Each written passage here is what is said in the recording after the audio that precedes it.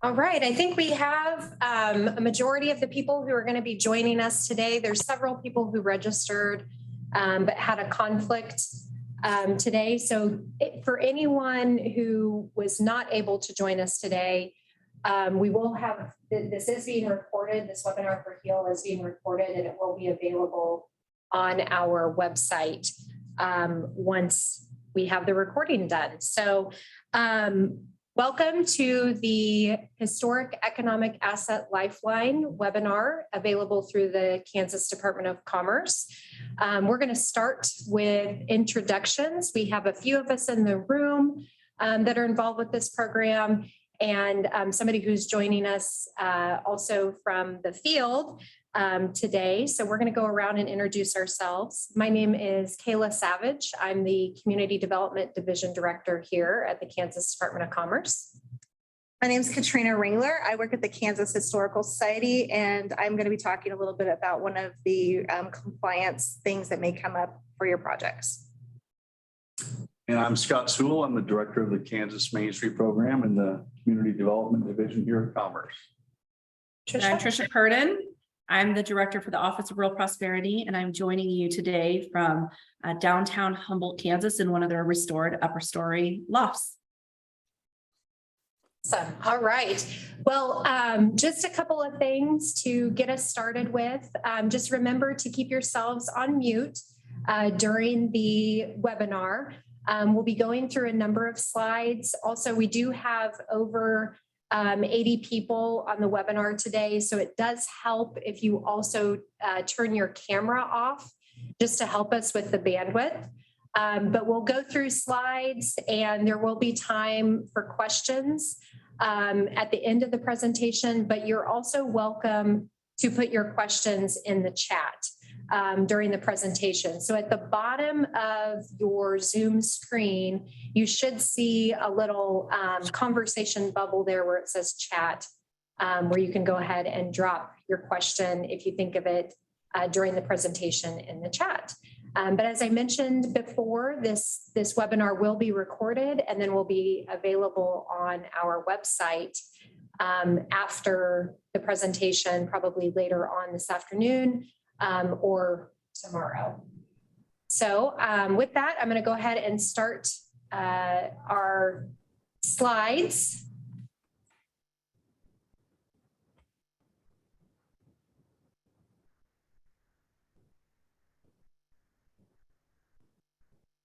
Okay, so again, welcome to the Historic Economic Asset Lifeline program. This is a program of the Kansas Department of Commerce. We recognize that downtowns are an essential economic engine in communities throughout Kansas. They represent both the economic and historic and cultural vibrancy of a community. And so realizing the need to rehabilitate downtown buildings with funding that can be dispersed quickly and efficiently, Kansas Department of Commerce partnered with the Patterson Family Foundation to create the Historic Economic Asset Lifeline program.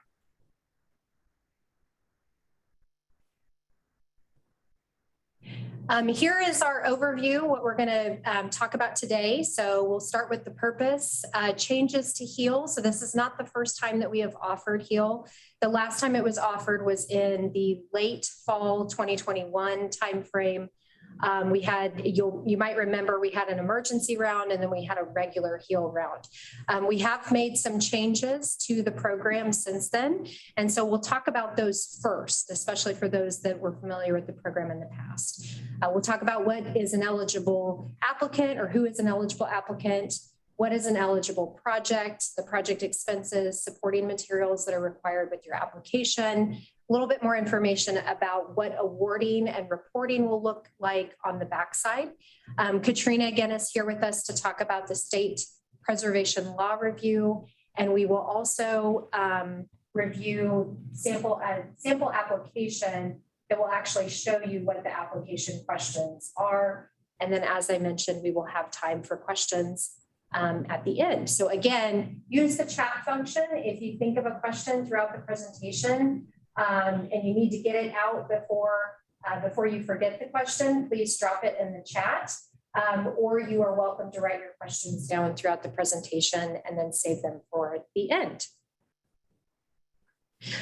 So just to talk about the purpose of HEAL, as I mentioned, we have a significant partner in this round of HEAL for 2022 and also 23, which is the Patterson Family Foundation. We partnered with them to be able to offer this funding across the state. And so the HEAL program was really created to preserve and also bring new economic activity to underutilized, vacant, or dilapidated downtown buildings in rural Kansas. The building grants are intended to bring buildings back into productive use as spaces for new or expanding businesses, childcare, housing, arts and culture, civic engagement, or entrepreneurship. And the facade grants are intended to rehabilitate the facade or street view of downtown buildings that are in need of repair to stimulate economic growth and reinvestment in the downtown district. And the building in need of facade rehabilitation should either have a tenant or be tenant ready.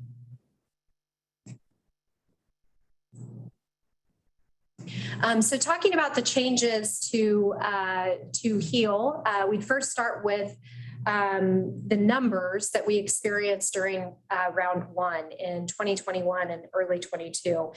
The first round of HEAL, we had over 240 applications received from across the state that requested nearly $14 million in funding. We did award nearly $1.87 million to 32 projects across the state. And again, that was made possible because of a partnership with the Patterson Family Foundation as well. So we do greatly appreciate their support to be able to fund those projects across the state. And so the changes for this fall 2022 round, we are looking at what we've done is we're going to have the eligible applicant is going to be, it must be a local organization applying on behalf of a building owner. And we'll get to the eligible applicants here in just a little bit. As we mentioned in the beginning, there will be two funding categories. There will be a building grant or facade only grant option. We are requiring that the proof of matching funds, and again, the matching funds must be a cash match, a one-to-one match for the amount requested through HEAL. And that is required from the building owner at the time of application. This is not to be received after the application. If we do not receive the proof of matching funds with the application, it will be considered incomplete. But the benefit of this is that we know that there are some existing programs out there that can help support funds like HEAL to make those projects actually happen or come to completion. So we're hopeful that those programs will come into play for this round of HEAL. We also are not allowing any work previously completed to be eligible toward this HEAL grant. So again, it has to start at the time of award and moving forward. And considering the involvement of our local partners, local organizations in being really boots on the ground, helping to make sure that these projects move along, being also a technical resource to building and business owners that are pursuing these rehabilitation projects, we are allowing up to 5% of the grant award to be utilized for administration of the grant by the organization.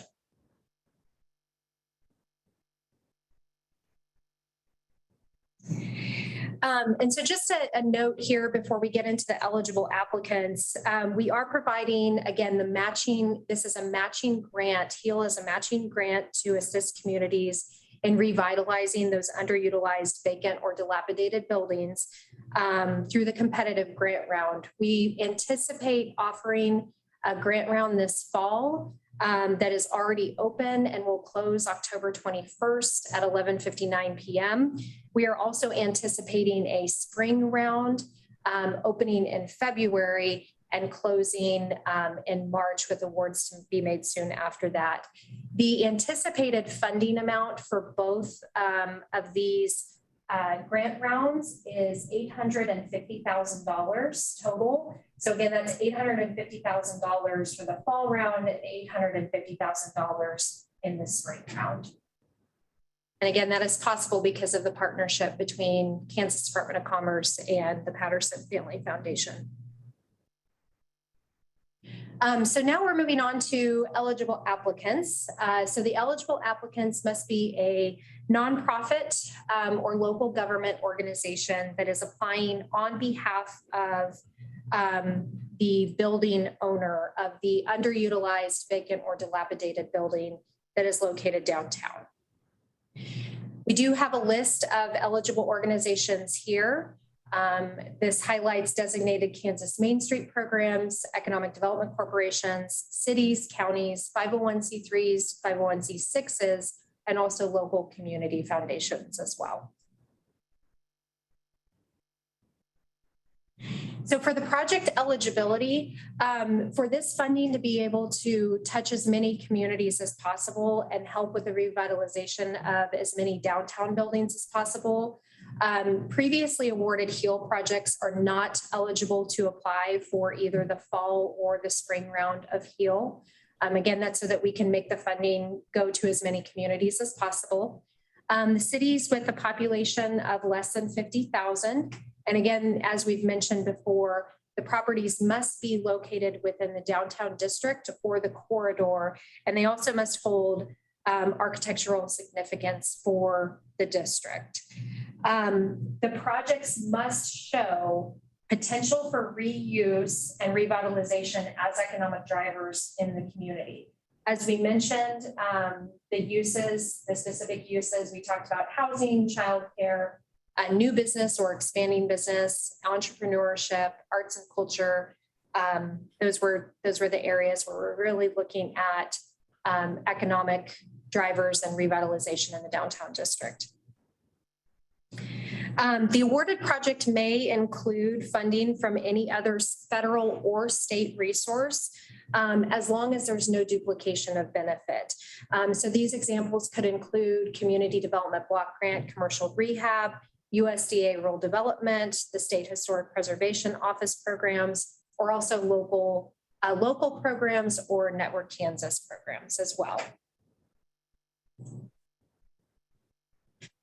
We do have the Main Street standards that must be incorporated and followed. Those are available on our website, which we will show you later. They're under the resources part of the website. And the project must also follow your local ordinances and codes for rehabilitation, construction, or facade improvements.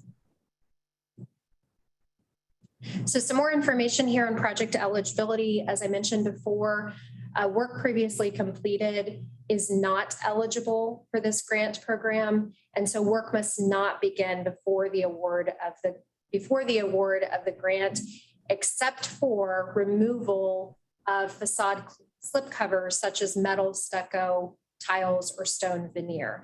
The purpose behind that is so that those are being removed, and then you could apply for a facade grant for repairs or fixing any damage that may have occurred because of the placement of those slipcovers that were not original to the building.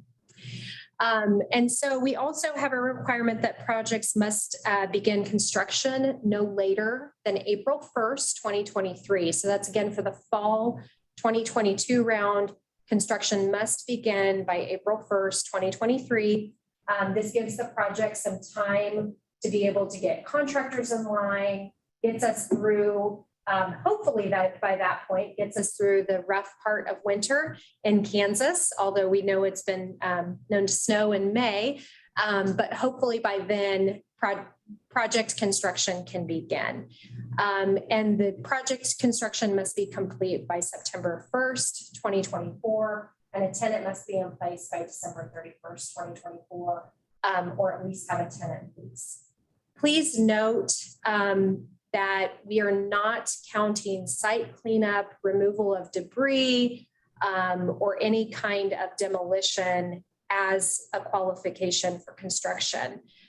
Those do not count as construction, and we will be doing site visits so that we can verify that construction has actually taken place.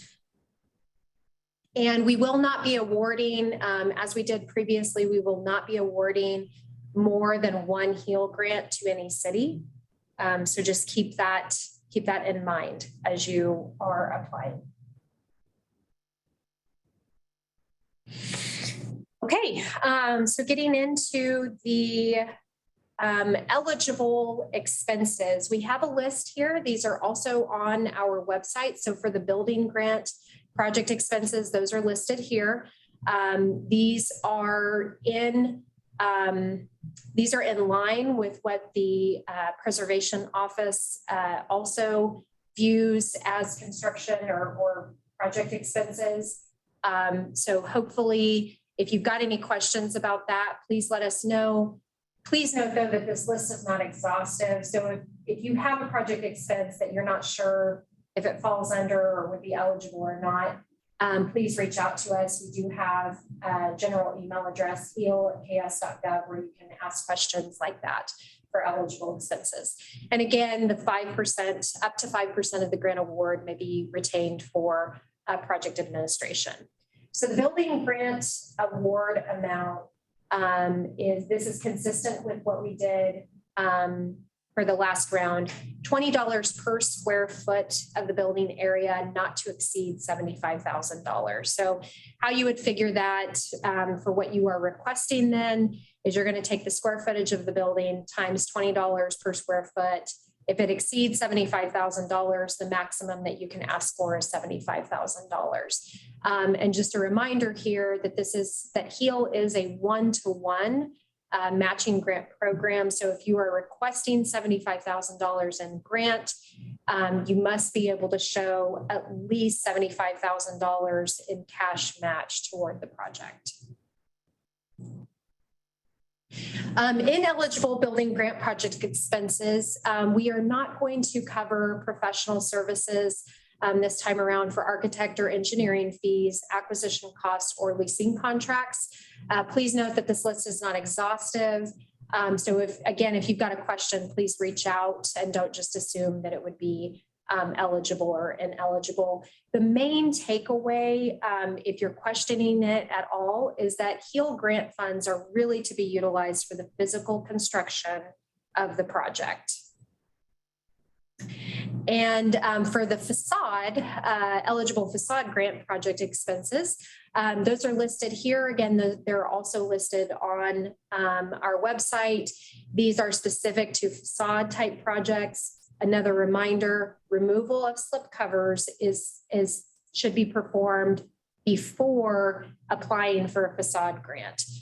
So again, slipcovers are the metal, stucco, tile, stone, veneer that you might see in your downtowns, and those should be done. That should be done prior to applying for the facade grant.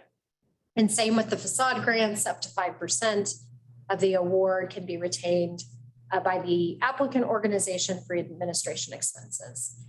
And for the facade grant award amount, same math applies, $20 per square foot of the facade area, and this is not to exceed $25,000. So the cap on facade grants is $25,000. The cap on building grants is $75,000. And our ineligible facade grant expenses, similar to the building grant, we mentioned the professional services. And again, removal of the slipcover should be done prior to applying for the facade grant. And same thing as building grant funds are to be utilized for the physical construction of the project. All right, so we have also included, if you're not sure on terminology when it comes to a historic building project or, maybe where to start.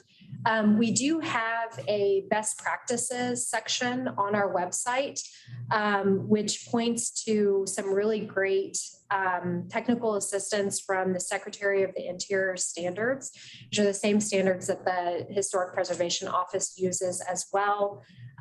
We do have one of our own staff members, Robert McLaughlin, on the Main Street staff that is also well-versed in that area.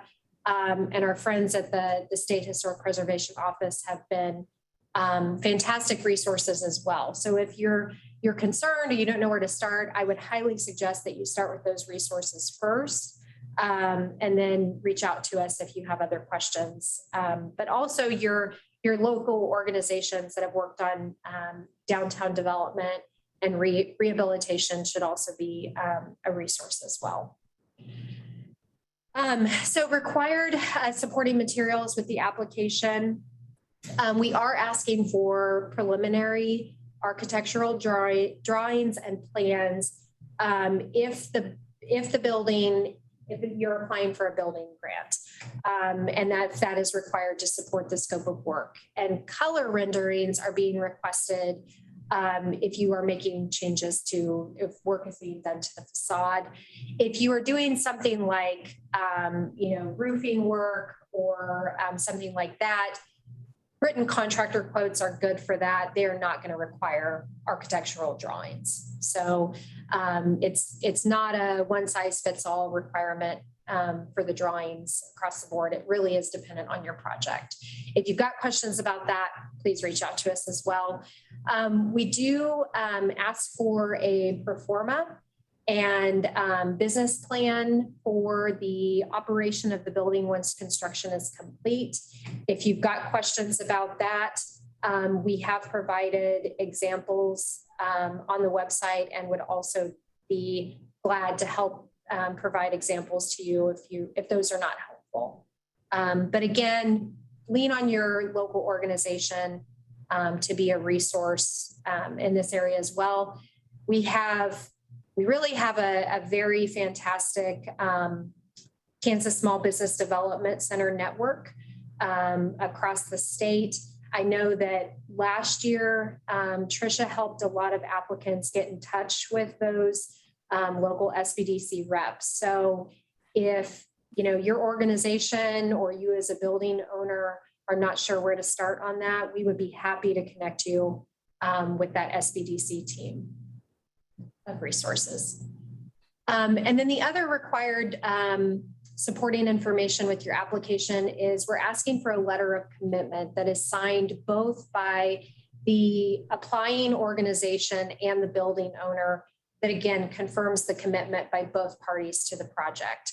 A lot of the evaluation will be on project readiness and ability to actually execute the project. And so that's going to require support from both the organization and the building owner.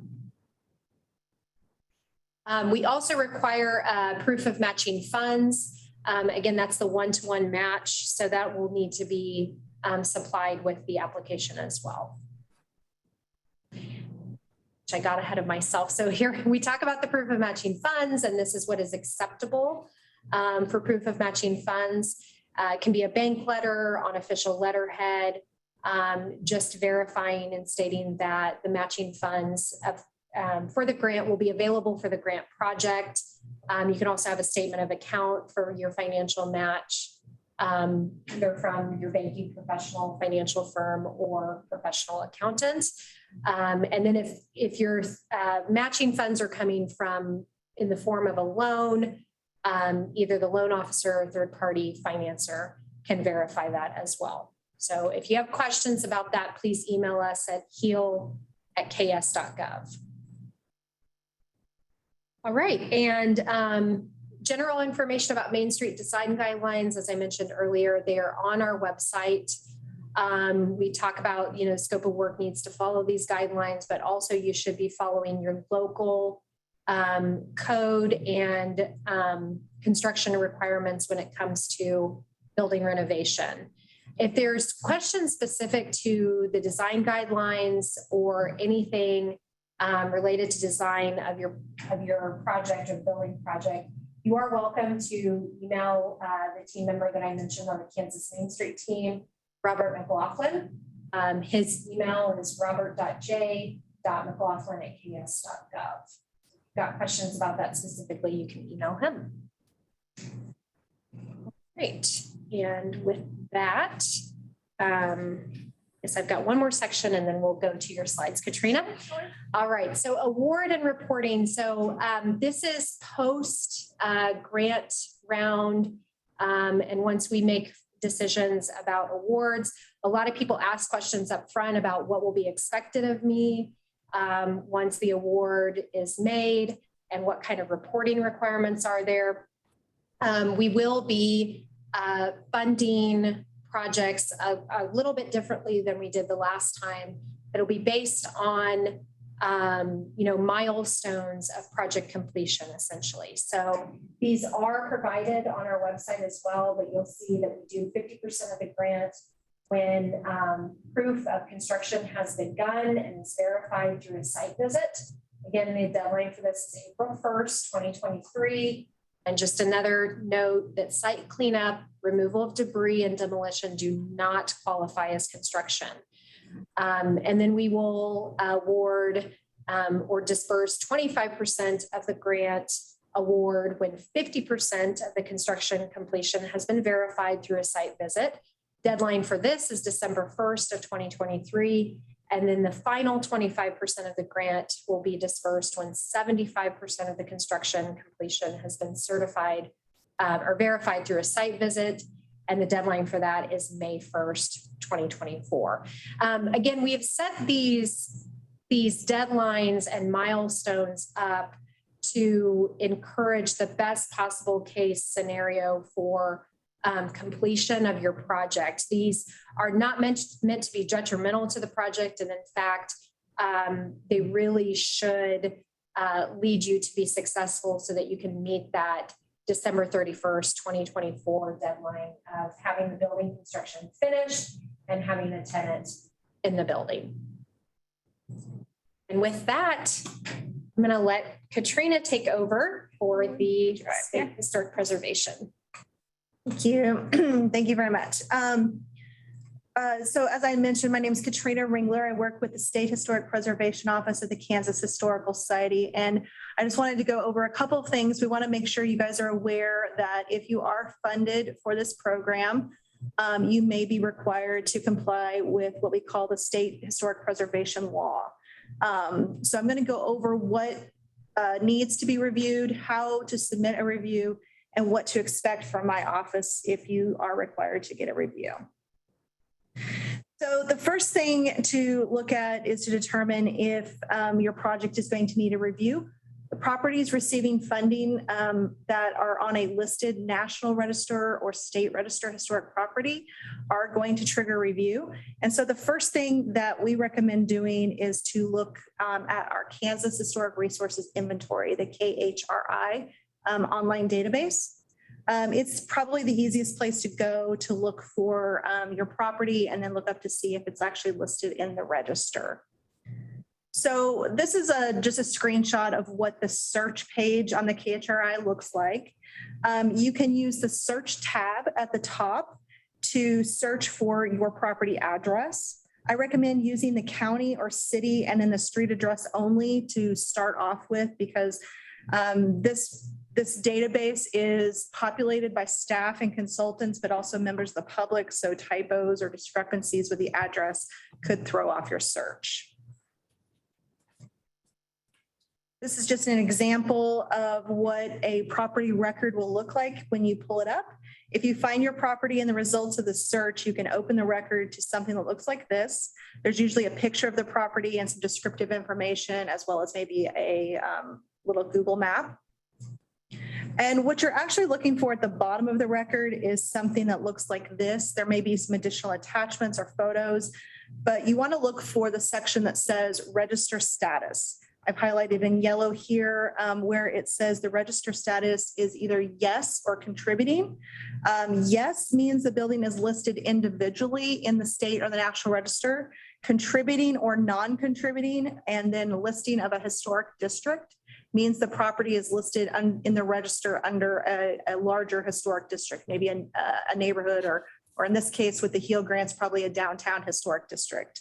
I will mention that contributing and non-contributing is something that is pretty fluid. We get requests all of the time to reevaluate properties in historic districts because they've had remodeling or changes to them. And the mention of slipcovers earlier reminded me that that's one of the things that can actually change a building's status. So if you do have a question about that, if your building is listed as non-contributing and you're planning to remove a slipcover, you might contact my office to just see if that will have an impact.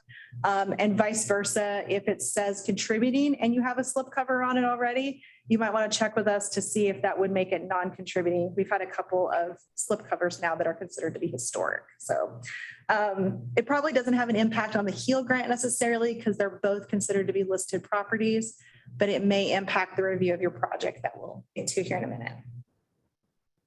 So how to submit a review request? We go through an online submittal portal that we have called the Kansas Review and Compliance Portal. And you see the web link there, review.kshs.org. The SHPO must review how the proposed work will impact the historic property. That's our role in the process. Anytime government funding is being used that will impact a registered listed historic property, then we just have to look at how that government funding is being used and how that may impact the property. So the review and compliance portal looks something like this. When you get to the front page, if you're new to the system, you'll want to use the new to the portal over here to create an account. Just like a lot of other websites, you'll put in your email address, create a password.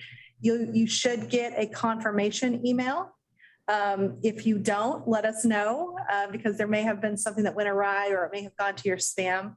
But once you have the login and the password, you will get to a dashboard that looks something like this, where you can actually go on the left-hand side to create a new project. And here is also where you can see the progress of your project status. You can see if it's been received or if it's under review, if we have asked for additional information, or if it's been marked as complete. So once you get to the screen to create a new project, you'll go through, I think, about 3 or 4 screens asking you to enter information and just enter them to the best of your ability. Some of them are required, so you have to put something, and some of them are drop downs, like at the bottom there, where it's asking you to select the type of project you're submitting. I will give you a hint that on one of the pages, it asks for your location. You only have to enter location by street address. You don't have to enter latitude and longitude and all of the other things it asks for. Those are really for properties that don't have a street address, like archaeological sites. At the end of the input, you will be allowed to upload attachments such as photos, maps, drawings, contractor estimates, things like that, the renderings that Kayla mentioned, anything that would explain to us what the project is about and how you intend to do it. And then we will review all of that information to see how the project is going to impact the historic building. The SHPO then will review your request within about 30 days. We review between 250 and 300 of these a month. So unfortunately, the 30 days is pretty solid. It's between 25 and 30 days consistently. But you will get an email directly from the portal, or we will send a quick message through the system if we have any questions. Ultimately, the SHPO is going to issue a letter to you saying if the project will or will not damage or destroy the listed property. So if we say it will not damage or destroy, then that means the project is okay to proceed. If we say that it will damage or destroy, that means the project can't proceed until some changes to the scope are figured out. And we would, of course, would work with the Department of Commerce on that to make sure it meets the funded application too. Okay. So before we move on, Katrina, just something to confirm is that not every project or not every building or facade grant project will require a SHPO review or a review by the SHPO. And so the first thing is to check that status to see whether the building is contributing or not contributing. Right. What we really just want to make you aware of is that this is a process that will play into your scheduling. So if you do have a register listed building, just make sure that you're taking that into account in your scope of work and your schedule for your grant. And then also it comes into play sometimes when you're talking about match. So if you're applying for another funding source that's related to the historic status of the property, that review period may play into it as well. So tax credits or the Heritage Trust Fund grant that we administer or something like that. And that's the other reason, our goal is to, the application is open now through October 21st at 11:59 p.m. This is the website where you go to access all of the information and resources that we have shared today about all the details of who's eligible as an applicant, what are eligible expenses, and the other resources that we mentioned too. But we are planning on having the awards announced on this round of grants by the first week of December, and sooner if we can, so that if you are awarded funding and your project does require a review, you have time to get that ball rolling and get that started. And if there's any changes that need to be made to your project, you should hopefully still be able to meet that April 1st, 2023 deadline for beginning construction. And with that, then mentioned here about questions, you can email us at heal@ks.gov. Again, that's heal@ks.gov. You will get myself, Trisha, and Scott at a minimum. So we are checking those emails daily and answering questions as they come in. I would strongly suggest, though, that if you have a question, please do check our frequently asked questions. That is available on the website. Oftentimes, you might be able to get your question answered much quicker than having to send an email if you reference those FAQs first. Before we open the chat kind of here for questions, I know Trisha's been keeping an eye on the questions as they've been going through the chat too. I do want to stop sharing my screen right now with the presentation and hop over to our website so that we can actually walk through a sample application for you so that you can see what questions are being asked on the application online. And as I mentioned, this is open online and available for you to view now. But you can also find this sample application under resources on our webpage. Oftentimes people want to know what kind of questions are being asked in the application before they get started. So that's why we've put this together for your information. So it'll start with just kind of the general information about the program, which we have already gone over in detail today.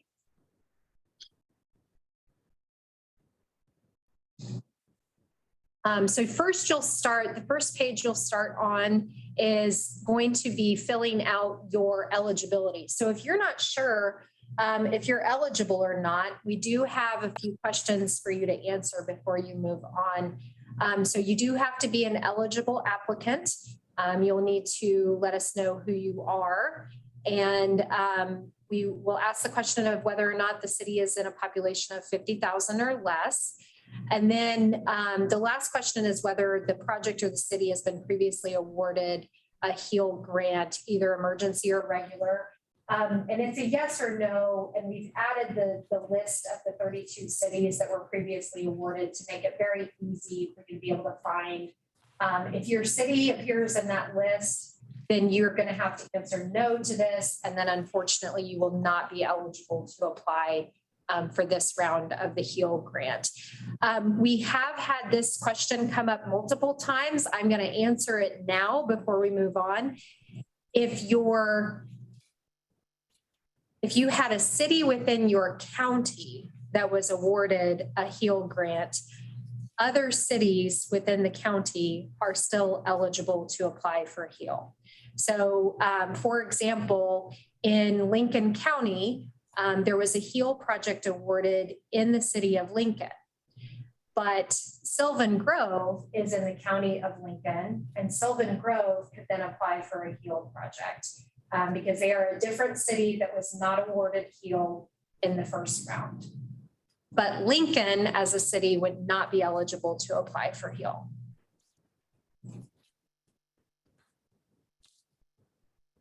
So moving on, we ask some general contact information to begin with for the applicant organization. Again, the applicant organization is going to be the project contact. They are really the boots on the ground. They're going to have some roles and responsibilities when it comes to the HEAL project, and especially if that HEAL project is awarded. So we just want to make that expectation very clear up front. Here's where the contact information goes. You'll designate which organization type you are, provide your EIN if you have that. We do want to ask the question if your organization or the building owner has previously applied for HEAL for this project. It's just a yes, no. And then we also want to know if the project is connected at all to a base, seed, rural champion, Cdbg commercial rehab project in any way. And if it is, please let us know. What also would qualify under this is if it's also tied to any project that maybe the State Historic Preservation Office is also funding as well. So more information is better here for that question. And then a very simple question, which grant are you applying for? Building or facade grant. The information again is provided here. The amount that you're requesting for the grant. Again, just a reminder, this is $20 per square foot, not to exceed $75,000 for the building grant, not to exceed $25,000 for the facade grant. If you've got questions about that, please let us know. And again, this is just the amount that you're requesting from HEAL. This is not the total amount of the project. There will be an opportunity to tell us more details about that later. Project name, this is important from last time. We are asking everyone to use a consistent naming convention.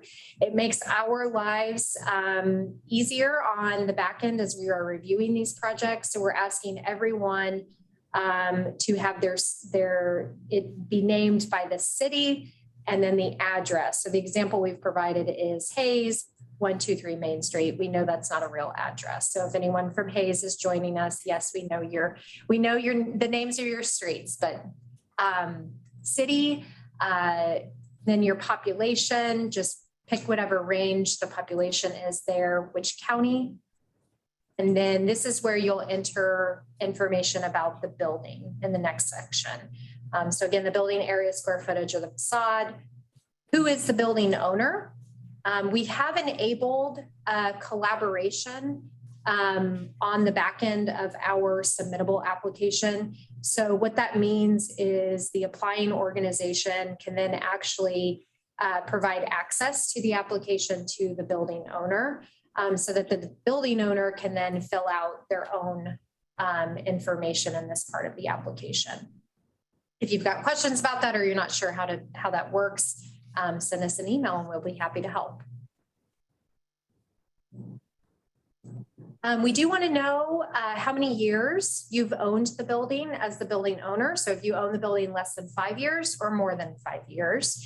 And the very important question, is the building listed on the National or State Historic Register, or is it located within a registered historic district and considered contributing? This is a yes or no. Katrina provided the resource that you can check to see that answer if you don't know the answer. And I believe we've also provided the website for that KHRA system through our application as well, so that you can quickly go out to that website, put your address in, and see how you should be answering that question. Very, very straightforward here. We ask you to talk about the current condition of the building. Each of these questions, you will see they're going to have some subtext information below the box where you are expected to answer the question. Note the limit of characters. We want you to be able to tell us succinctly and very much to the point. Answer these questions that are in that subtext box. So these are the questions that we're looking for you to answer. Next, we get into the project narrative, where we want you to talk about the description of your project and the scope of work. So this is going to be more of those details about what you are going to be doing as part of the project. And this is really helpful to get as much detail and be as consistent as possible when it comes to your budget that we'll talk about later on. You'll notice you've got a lot higher word count for this. If you've got questions about that, again, you can email us. Then we want you to explain the historical or architectural significance of the building to the downtown district. So is it, completely original building? Was it, built in mid-century mod? What kind of significance does the building have, both architecturally and historically, to the community? Was it an anchor, retail spot for years? Or maybe it's not as significant, but this is a very important question that we want to know the answer to as we're looking at revitalizing and reutilizing these buildings as economic drivers. Kayla, that was one of the questions we got in the chat. Basically, we just don't want to see a shed in your downtown, or a newer metal building, and an old Dollar General that's just metal walls. That's not going to be an eligible project. Yeah, Morton buildings are going to be out. They would not be, I should say, they would not be eligible to apply for HEAL. That's a really good question. I'm glad people are asking that. And then, as I mentioned, the reuse is what we're really focused on with HEAL. So we want to know, how is the building going to be revitalized and put to use? So what is the end use? Okay, we're doing this construction project, we're rehabbing this building, but this is the plan and really plan that we're committed to putting the building back to use. Maybe it's going to be an expanding business, maybe a business that's already located in downtown, or it's located somewhere else in the community, but needs to expand and wants to do that expansion downtown. This is where you're going to talk about that process and what the intention is. Again, we've got word limits here and the subtext to help you answer those questions. Next, we want to know about your need for funding for the project. Hint here is, show us the gap. Tell us, we've applied for previous grants, did not receive them, or we applied for previous grants and got them, but we're still short, X dollar amount. Or we're leveraging this grant program and this loan, this public loan, and we also got a private loan. We still have a gap of funding here. We want to really understand, what is the project funding need? We want these dollars to go to communities and projects where the dollars truly are needed. And so you've got to be able to tell us why that funding is needed and to what degree the funding is needed. So again, the sources, whether they're sources and amounts, and if it's pending, note that here. I think timeline wise, is February still kind of a time frame, or previously awarded state historic tax credit projects they would know if they've gotten tax credits. Yeah. For projects. Sorry, Heritage Trust Fund grants are due November 1st and we're awarding them in February. Okay. So they may not know that, but Okay. they could at least say that they've applied or something that could play into your Great. decisions. Great. Yeah. So if you're applying for those historic the trust fund grants, I think I was going to mess up the name. You want to note that here as well, and how that plays into the funding, as Katrina just mentioned. And the timeline, this is really important for us to be able to know if you're ready and committed to take on this project, but that also, does the project timeline really make sense for what you are trying to accomplish? If you've got some work that needs to be done and you'll, fly through the timeline, do you have, contractors lined up? These are the kinds of things that we're going to ask about under this project timeline. Again, we've noted here the deadline dates, the milestone dates that are required for those projects that are awarded, and what qualifies as construction and what does not. So I mentioned the project timeline. Again, tell us in a list format when you anticipate the work to be done and what that work is. Your project readiness. This is, again, very important. So a hint here, a tip here. Who is your project manager? Do you have a general contractor lined up? Do you have established relationships there? Have you already put the time and effort into getting those sorts of resources lined up? Also, are there any environmental concerns? Is the building located in a floodplain? Are there tribal approvals that need to take place? Asbestos remediation. These are the kinds of things that need to be addressed under the project readiness.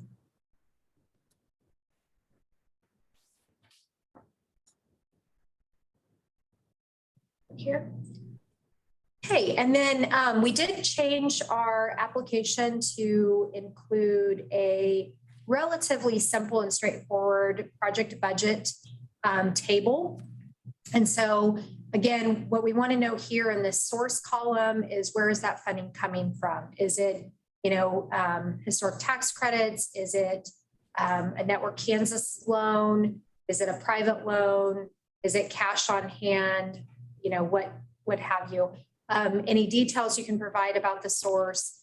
And then is it part of your cash match, or is it going to be part of your HEAL request? We can count in kind, but it's very, very important to note here that the one-to-one match for the HEAL grant request has to be cash. We cannot count in kind toward the HEAL grant match. So that is for the income. And then below is the expense category. So this is where you are going to list out the various expenses related to the project. Maybe it's, new windows, masonry work, those sorts of things. This is where you're going to probably lean heavily on any kind of bids or estimates that you might have received for the project. And you want to note those here. And then, of course, is that coming from the cash? Is that expected to come from the HEAL grant? Or is that somehow going to be in kind? So maybe very, very low skill, or sometimes low skill painting can be something that would be an expense that could be maybe counted under the in kind potentially. But again, it cannot count towards your HEAL grant match. And then we finally, kind of wrapping up here, we have a section on attachments. If you have these, There's a section for bids and estimates. This is not necessarily required, but this is where you can upload those to provide proof of information that you provided in your application. We mentioned the preliminary architectural renderings earlier. Again, subtext, there's some information there about the Secretary of the Interior standards and some really helpful technical assistance that you can lean on there. Current photos of the project site. These are very important. So these are required.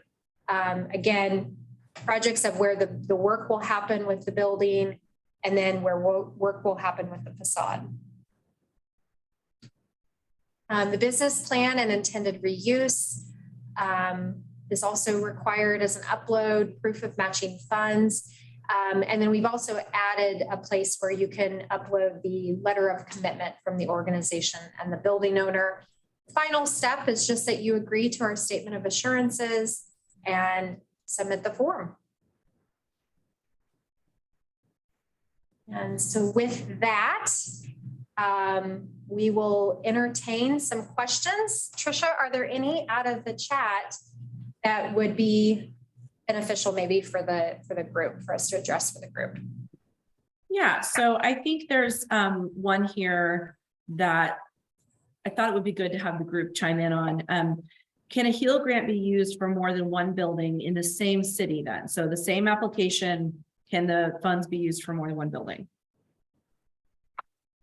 So I was picturing like a double wide, like 2 wide type building downtown. So it's technically 2, but it's one facade maybe.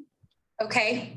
Yes. Okay. Now I'm following. Okay. Scott, why don't you go ahead with what you. I would, if it's one project, but maybe 2 buildings, or could be 3 buildings, maybe you're doing upper floor housing across 3 buildings, or the project includes multiple buildings, but they're continuous buildings and it's one project, that would be eligible.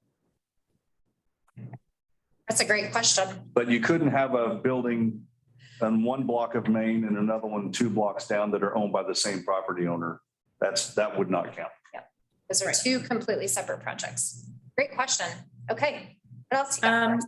What about, can the acquisition of the building be part of their match? So since we have the timeline of when the project would start, and we're counting that as the application day, right? So they would have to acquire the building after, and would that even count as part of their match? With this round of HEAL, the building must be owned at the time of application. So acquisition would not be able to count toward the match. And I think I answered this next question a little bit in the chat, but it's asked multiple times, so I think it warrants just bringing it up here. Yeah. If an organization intends to apply for the SEED grant, does this make them ineligible to apply for the HEAL program, or vice versa? If intending to apply for the HEAL grant, can they still apply for SEED grant? So I said the SEED grant closes before HEAL, so you might as well apply to SEED, if you're going to get SEED, but know the HEAL is more money technically. Yeah. Yes. So especially with the facade grant option, so for the building grant option, HEAL is actually more, but for those communities that are eligible for SEED, you can actually get more for a facade project under SEED. The maximum dollars is actually more under SEED. But to back up, there's nothing that excludes SEED eligible communities to also apply for HEAL. Just understand that it's highly unlikely that we would award both a SEED grant and a HEAL grant to the exact same project in the same community. So make your case, determine what you're eligible for, and make your case. This is the other reason why we've asked the question, if your HEAL project is tied to any other, funding opportunities or previous awards. Okay. I think I answered this question in the chat, but if the building owner is putting in a business after renovation, but there's not a tenant. The building owner is also going to be the tenant. Okay. We just need to have that documented clearly. Yep. Yeah, Okay. exactly. Can the cost of the facade removal be part of the match? If they're going to take off the envelope, or I can't what you guys call it. Slipcover, yeah. Slipcover. Slipcover, yes. The metal stone veneer tiles stucco. Ask that first question. Ask that again, Trisha. Can the cost of that facade removal be part of the match, the local match? Because that cost could be. No, because again, HEAL has to be for, it cannot be counted toward any work that happened previous to the grant award. So unfortunately, no, we cannot include that as part of the match. All right, can operating expenses such as equipment or machinery that'll be used by the business, that'll be the tenant, be used as part of the match? Good question, but again, that's a no, because HEAL is to pay for the physical construction of the project itself. So it has to stay with the building, essentially. Okay, I'm gonna scroll down a little bit because I feel like I answered most of the ones that were here that were quick ones. Lots of duplicate questions. If a project's already started construction, is it disqualified? How would they differentiate that, knowing that the start date and prior costs don't count? I think it would have, that's a great question. We know that there's been some projects happening across the state with or without, state funding. And so, my thought on it is, and I'll let, Scott and Trisha, you guys chime in too, is that if you can differentiate the project, let's say you're doing a very large project in phases, say like a renovation of an opera house or something. I mean, that's going to be a huge project. So if you've already done some work that's been completed, but then you want to apply for a HEAL grant to maybe start addressing or address, the last phase of the project. Again, maybe the opera house is not a great example, except that it would be cultural and art-related resources. The biggest requirement is that the building has to be meet that reuse goal by December 31st of 2024. So I kind of answered that, so let's refresh. Yes, if it means that the project will end up with the reutilization of that building. But we need to be very clear, and we would want to clarify with our site visit that the building owner is not including any work that was previously done in this new part of the project. But that's a good question. And the previous work would not count as a match. So you would basically have to have a new set of matching funds for this. I think another example would be if a building has been finished, but the facade still needs work, that would be eligible for a facade grant. It's a good example. These are good questions. They are very good questions.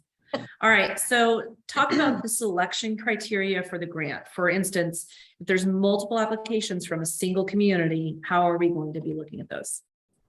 Yep, go ahead. Well, first of all, I would say one of the intents of how this was set up was to have you prioritize the projects.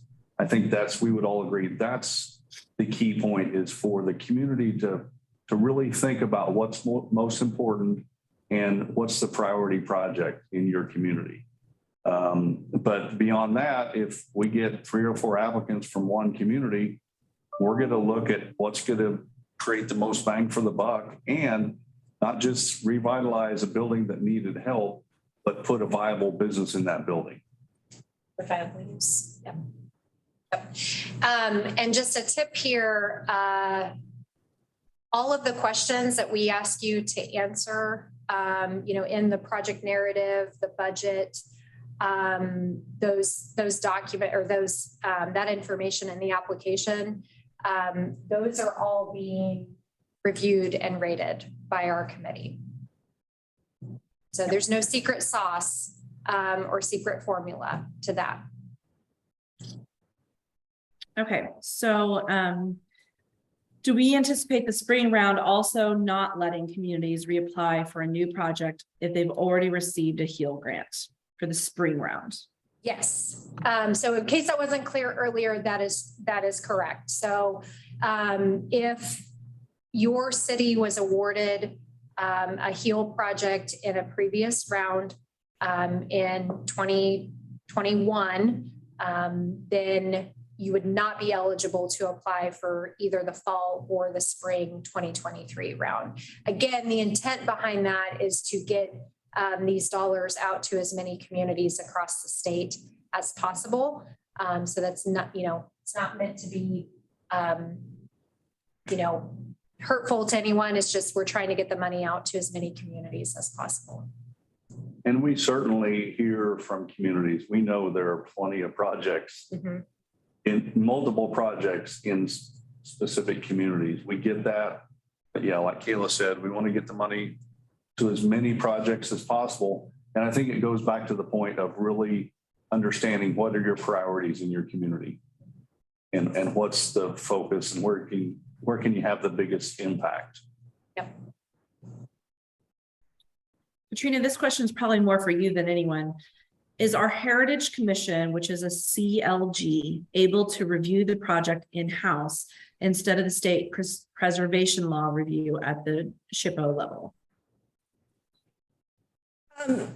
Yeah, if your CLG has an agreement with the State Historic Preservation Office where they typically do state law reviews on our behalf, then yes, the applicant would need to work through the city to get that reviewed at the local level.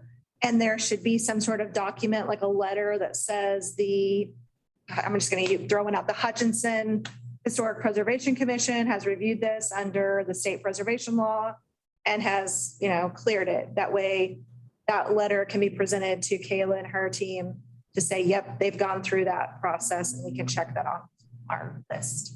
But yeah, that is an option. Sometimes the local commissions, they may only meet like once a month.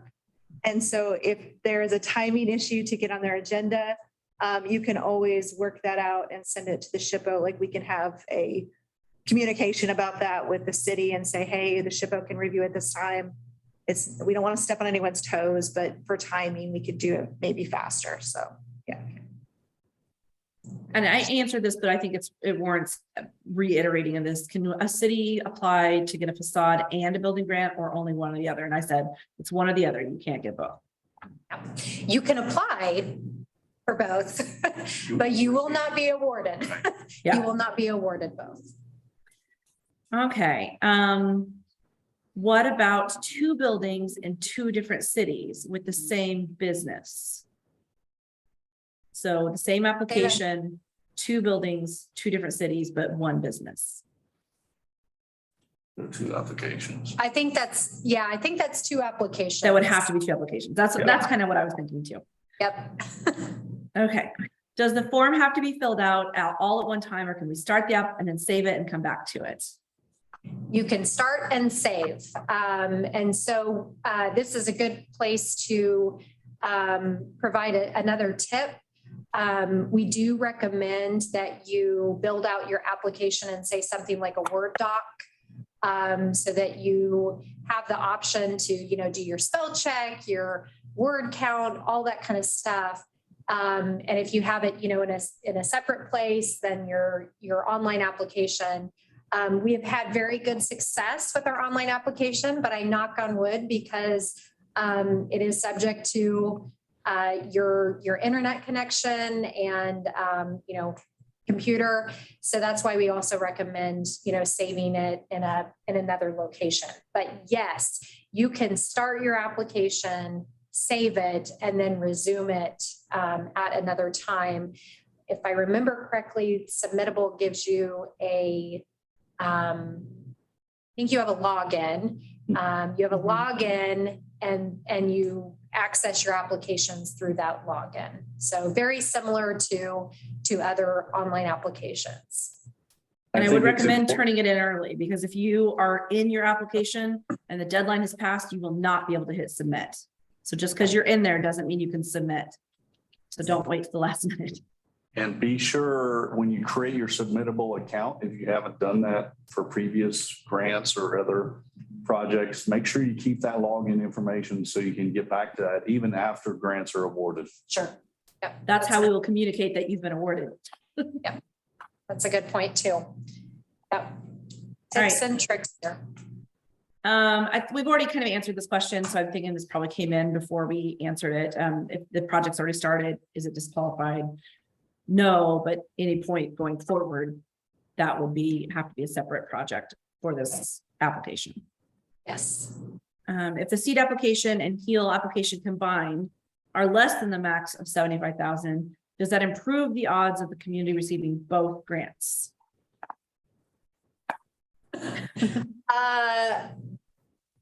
I honestly don't know. But because I can't speak to the increase of odds of fundability for either of these projects or for either of these funding sources.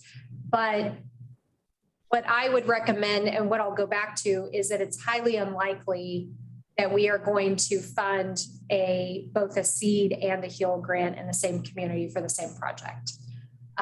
So, maybe your seed project is for community vibrancy and you are installing some public art and it is going to be near a building that is then applying for HEAL.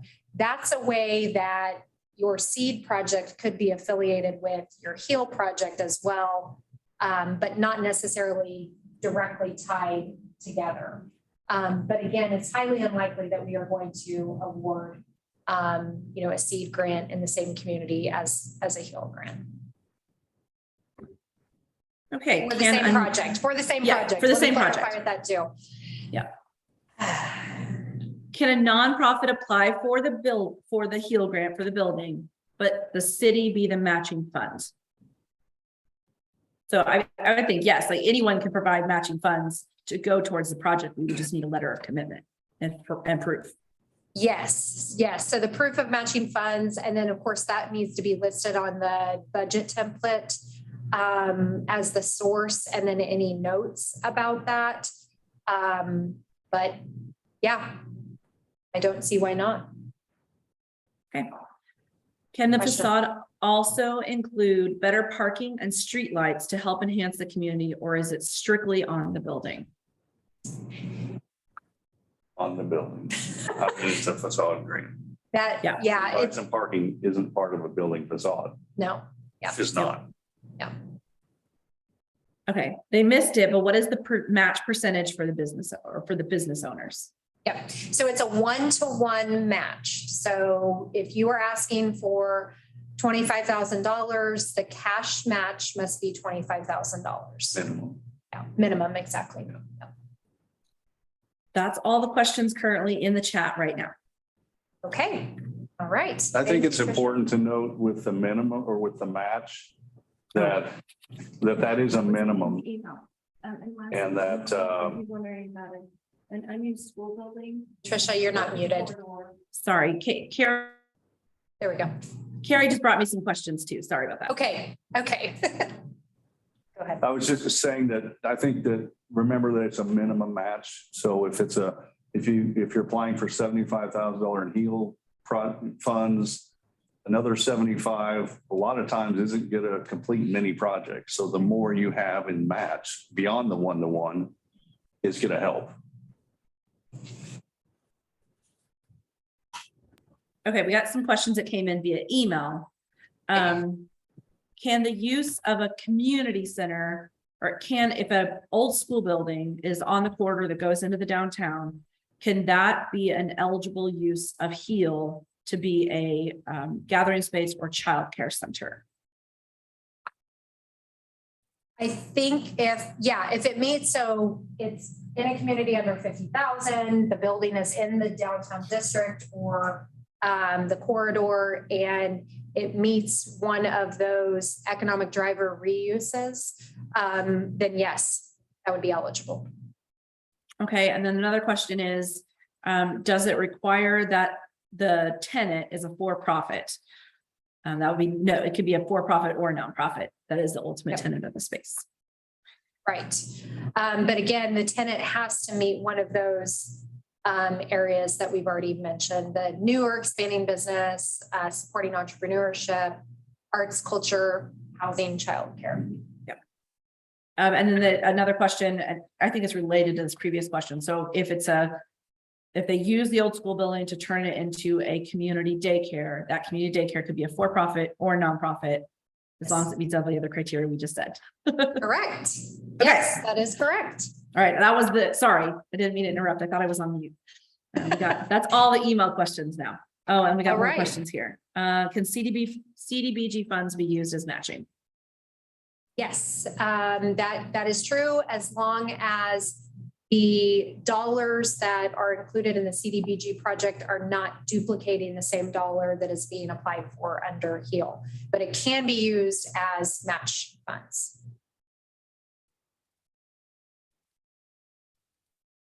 Okay. Anything else? That's all. No, I think that's all we have. Wonderful. All right. Well, we appreciate everyone for joining us today. We don't have really anything else to share with you other than just one more quick reminder that you can send your questions. I'm going to pop this back up here on the screen. Again, the email is heal@ks.gov. If you've got questions about your project, and we really appreciate everybody taking the time to join us today. Again, this has been a recorded webinar. So as soon as the recording is available, we will be adding it to our website. And don't hesitate to reach out to us if you have any questions. But for the fall 2022 round of HEAL, very important date to remember, October 21st at 11:59 p.m. The application portal will close. A side note here that, if you're trying to reach us after 5 p.m. on that day, that's going to be, you're really gambling to get a hold of us on a Friday night. So if you've got technical assistance questions, please don't hold those until the 21st of October, and especially not right up until 11:59 p.m. But hopefully we can help everybody get those questions resolved ahead of time. And we look forward to reviewing your applications. Thank you so much.